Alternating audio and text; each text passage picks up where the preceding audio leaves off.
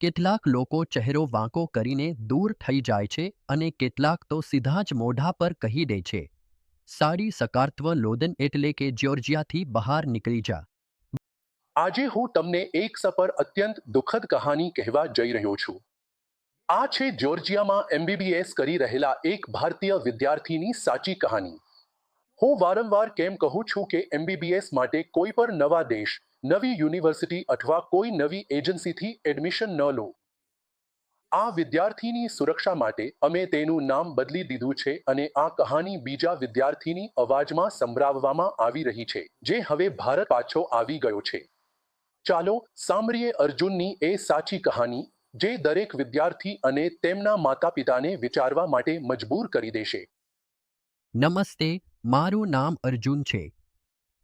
હું એક ભારતીય વિદ્યાર્થી છું જે ગયા વર્ષથી જ્યોર્જિયામાં એમબીબીએસની અભ્યાસ કરી રહ્યો છું.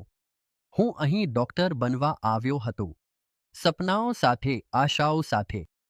પર આજે હું તમારી સામે એક બીજી ઓળખ સાથે ઊભો છું. એક ડિલિવરી બોય. દરેક રાતે, દરેક મોસમમાં હું ટેબિલિસીની ગલીઓમાં વોલ્ટ કંપનીનો બેગ લઈને ખોરાક પહોંચાડું છું.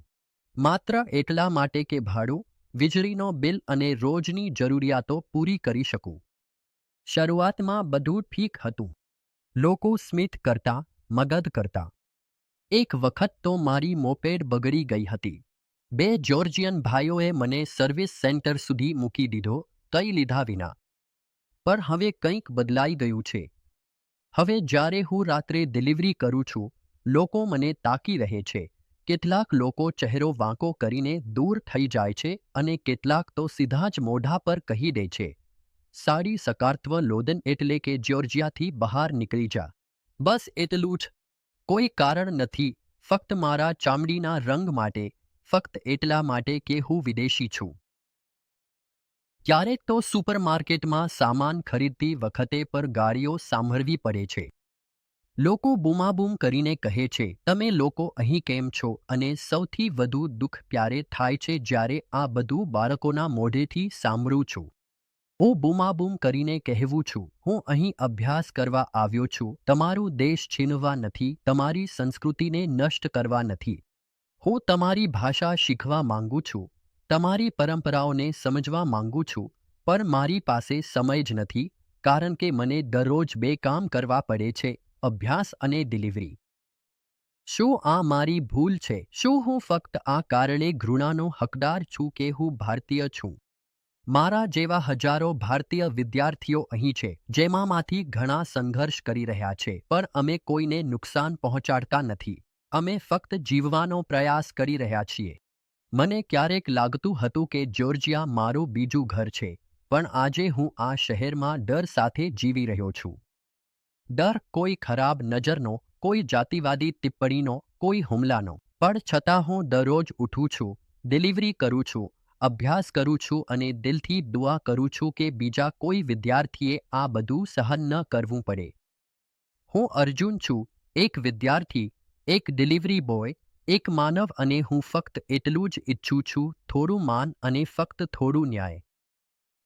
તમે હમણાં જ અર્જુનની આપબીતી સાંભળી.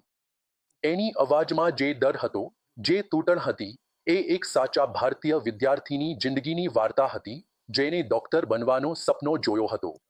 પણ જ્યોર્જિયા જઈને એને મળ્યા ડર, અપમાન અને સંઘર્ષ.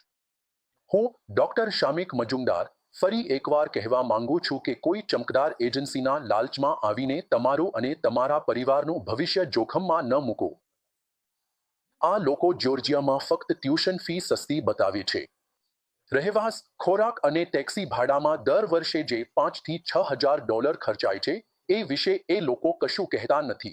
અર્જુન અને બીજા વિદ્યાર્થીઓ આ જમા ફસાઈ જાય છે. માત્ર ફી સસ્તી છે એ વિચાર કરીને કોઈ અજાણ્યા દેશમાં જશો નહીં.